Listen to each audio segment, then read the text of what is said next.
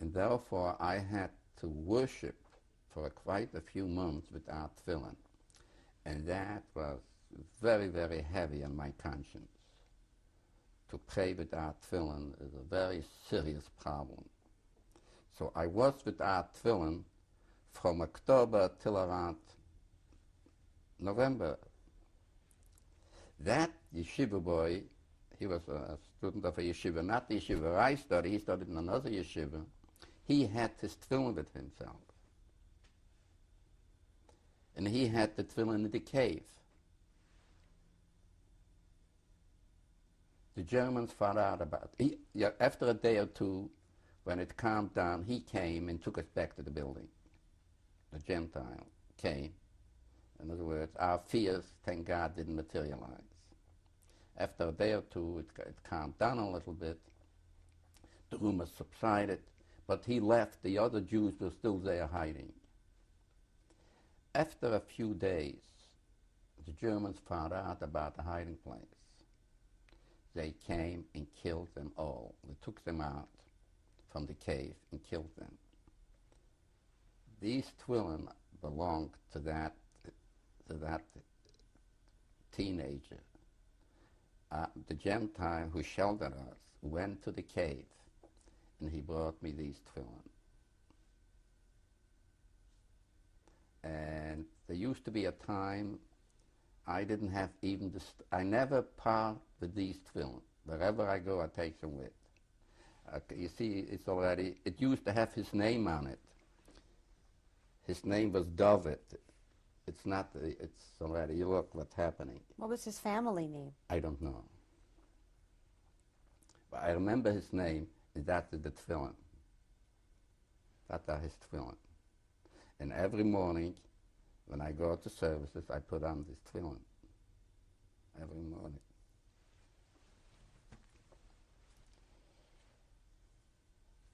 Okay, so we went. Could we see them in? Yeah.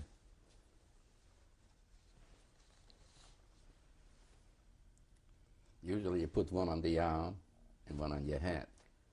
Mm-hmm. This you put on your head, and this you put on your arm.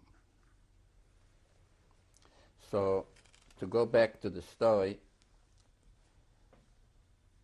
when we came back the second time to Makshim, he raised his price.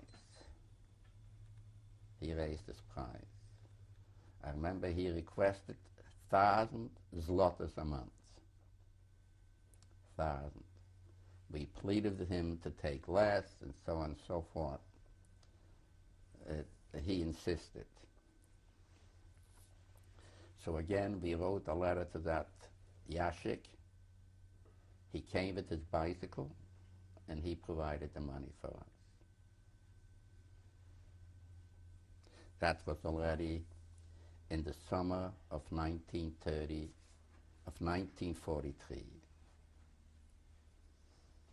The summer of 1943. At the end of the summer of 1943, Makshim comes over to us with a proposition. There are other Jews who want to be sheltered by him. And we knew them.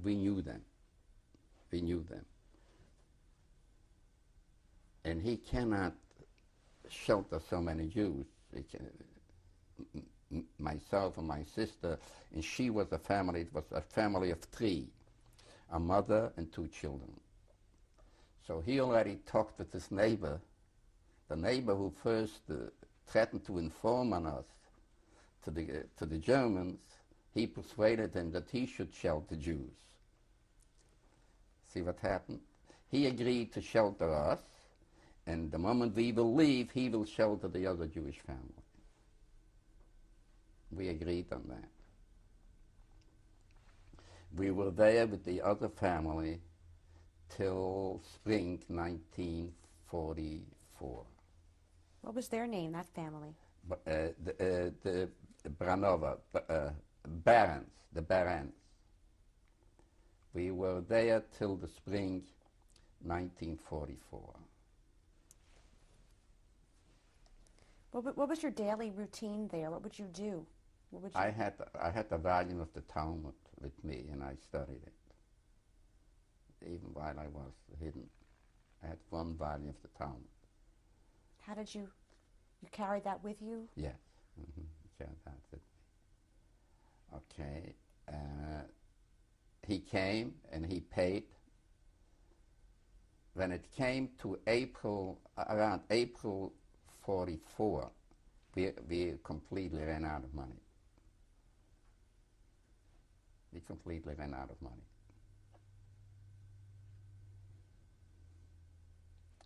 So I remember he was a very devout Christian, that Yashik. He came into our cave and he made a proposition. If I would be willing to accept Christianity, he will continue to supply us with money.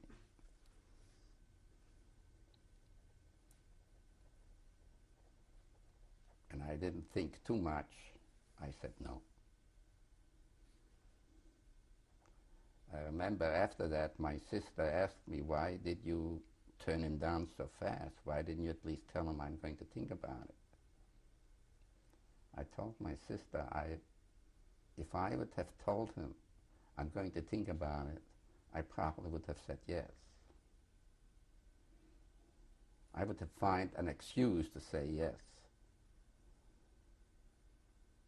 And therefore, I immediately told him no. I didn't want to find an excuse. I didn't survive. To survive, not as a Jew, I didn't want. I knew if I'm going to think about it, I will change my mind. I knew that. And therefore, I didn't want that to happen. He got a little bit angry, he left, and we had to go to the woods. We had to go to the woods. And I would say April 1944.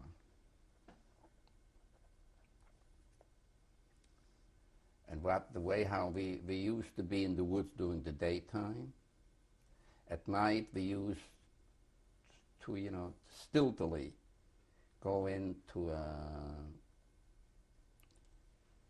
a barrack and sleep on hay, which nobody knew about it.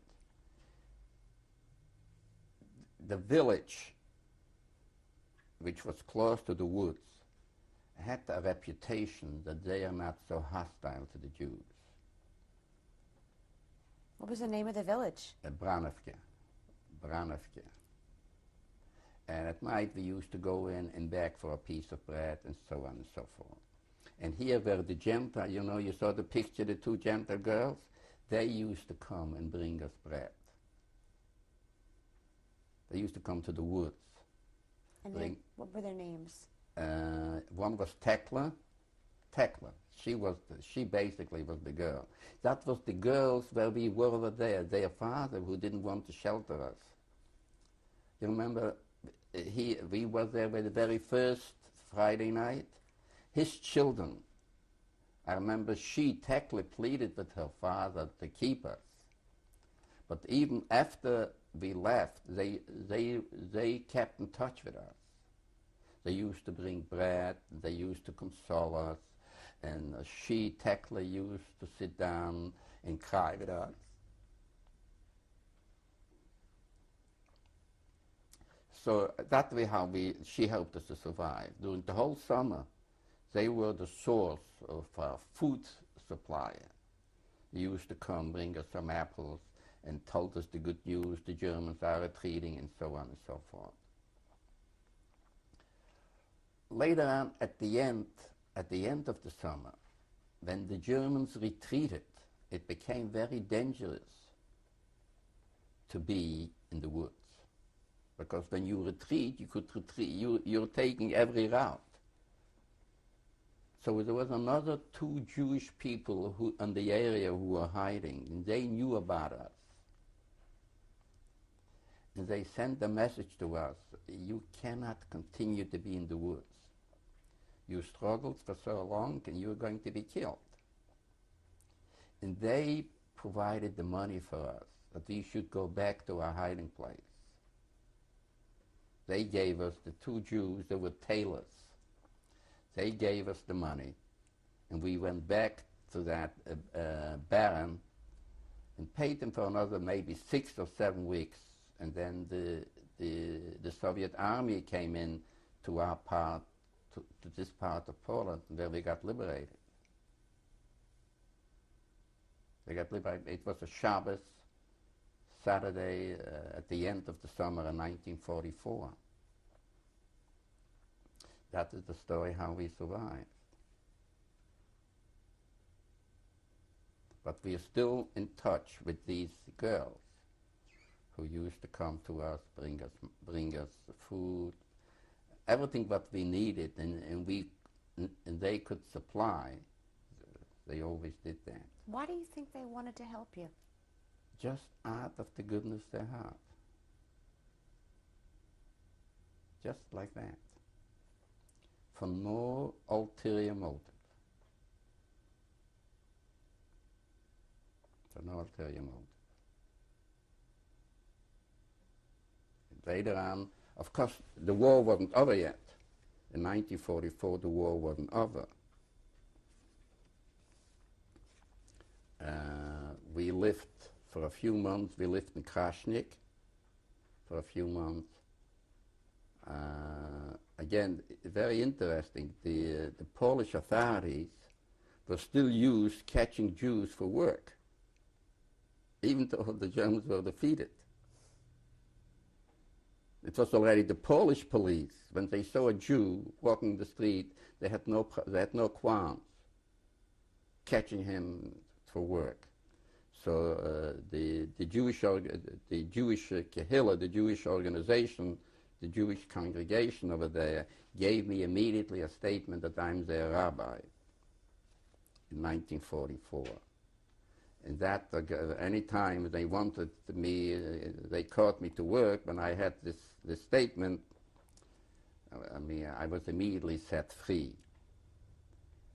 And from Krasnik we moved to Sosnovce. I was there for a few months where I got married. How did you meet your wife? Huh? How did you meet your wife? Through a matchmaker. Yeah, somebody, there was a Jewish lady whose father was a rabbi, and she knew my grandfather. When she heard about me, we developed some kind of a relationship with her, and I knew her father too. And she knew that family, and that's the way how she made the match. And from Sosnovce we moved to Reichenbach. Reichenbach was already a German town occupied by Poland after the war, which is now Poland. I was their rabbi for 3 years. I was ordained in 19 and a half year my ordination, written in Hebrew. I have 2 ordinations. One by a rabbi from Wałbrzych. His name is Elkanah Zeberman. He died a few years ago. I have another ordination from a famous rabbi. Again, he ordained me, Menachem Mendel Rahle. He was the rabbi in Lodz. I got ordained in 1946, but I was a rabbi in Reichenbach from 1945 till 1948.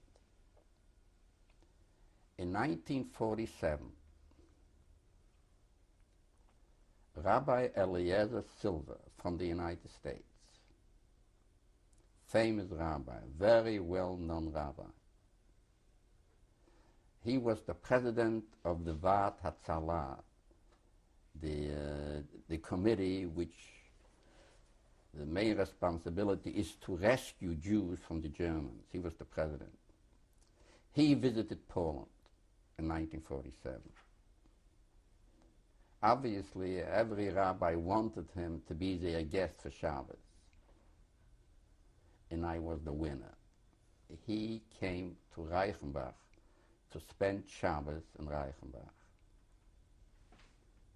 What can I tell you? It was, the community didn't know what to do with him. The Jews in Reichenbach came from the Soviet Union. See, there was an agreement between the Polish government and the Soviet Union that all the Jews who ran away to the Soviet Union from Hitler, that they should be able to return. So when the Jews from the Soviet Union returned, they settled in Reichenbach. There was a community of about 10,000 Jews. I remember Sunday morning, he was sitting down in my house.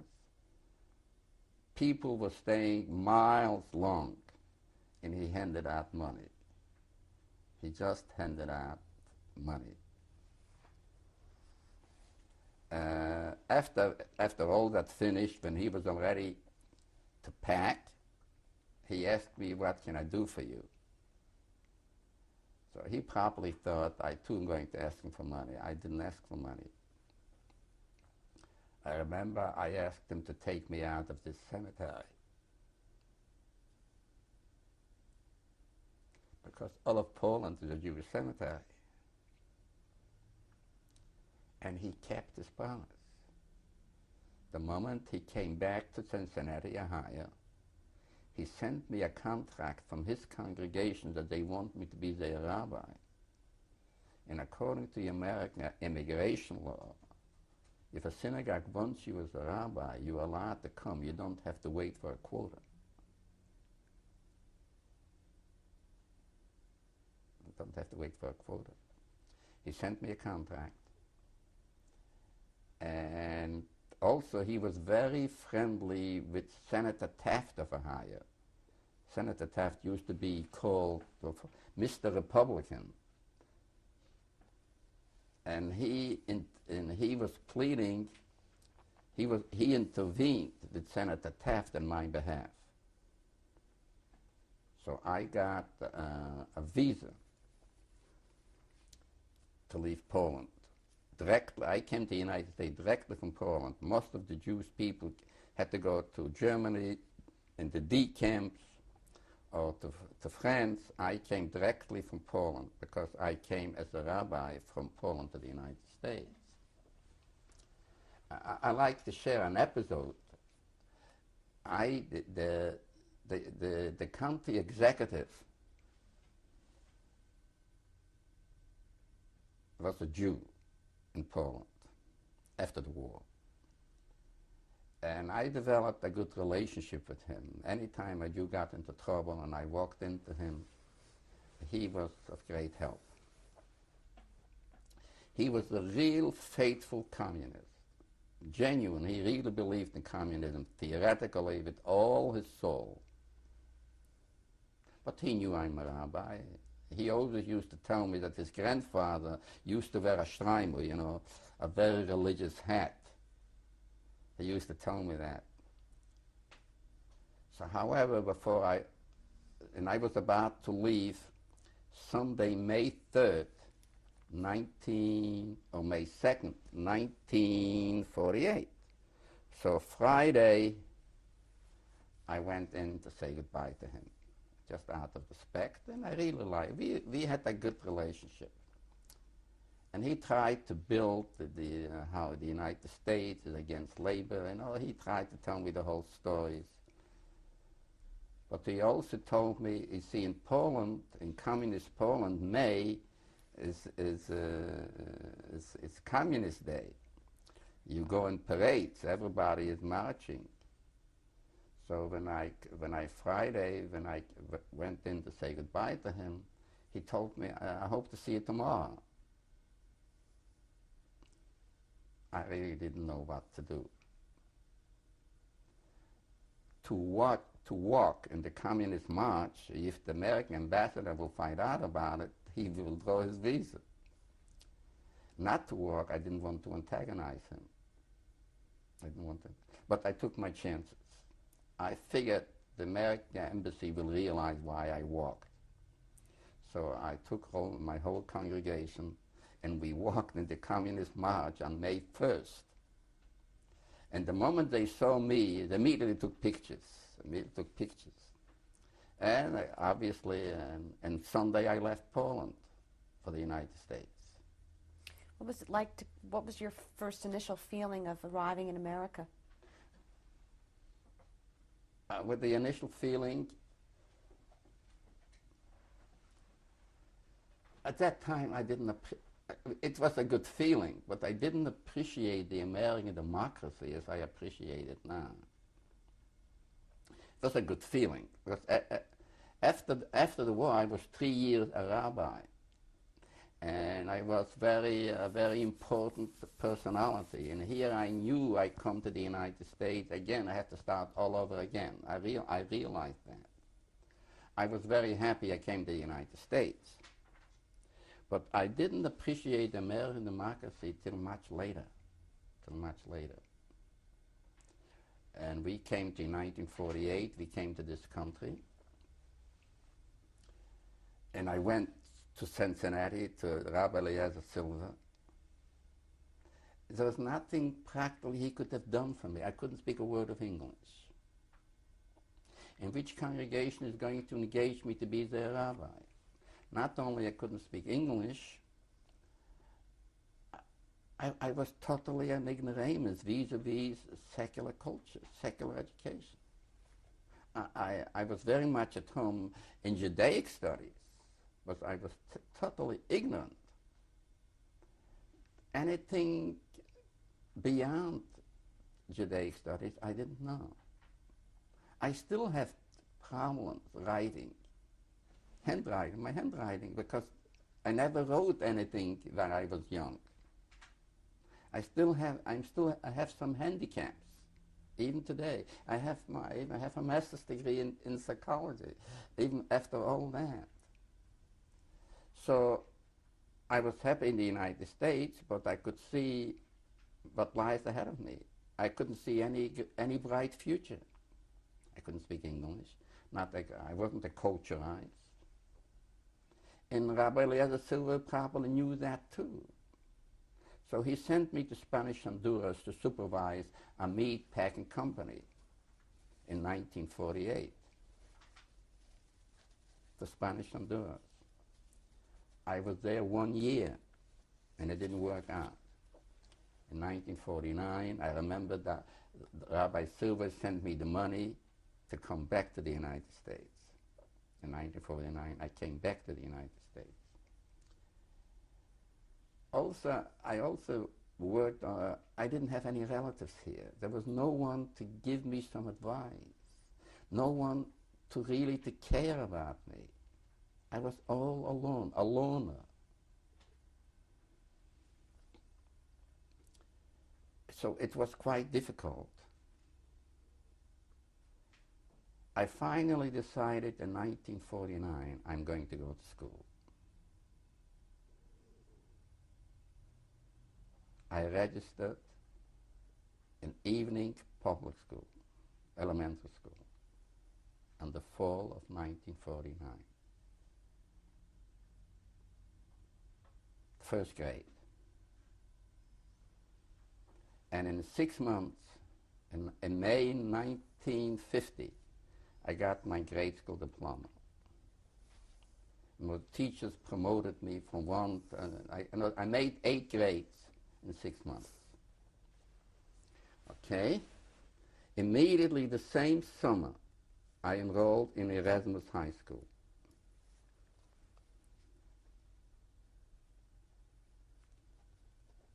And it took me 2 years, and I got my high school diploma from Erasmus High School.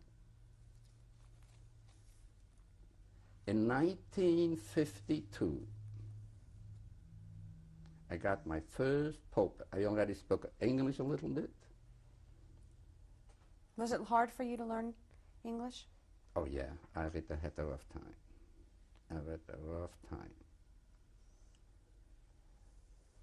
Yeah, also in I remember in 1950, I made an exchange with a yeshiva boy at the Yeshiva University. I taught him rabbinics and he taught me English. I used to go to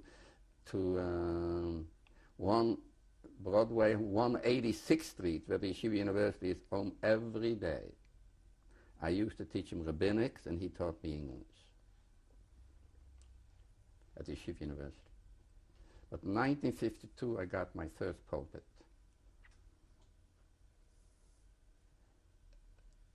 At Berlin, New Hampshire. I was there from 1952 to 1956. It was not good years because I had nothing to do, and there was no school to attend. There was no university there. I took some correspondence courses. Took some, the University of Wisconsin offered English by correspondence, history by, I took some. I think the University of Iowa offered correspondence courses in genetics, I took some, but I was there for 4 years. Obviously, my English began to improve. And in 1956, I moved to Greenport, Long Island, right here at the tip of the island.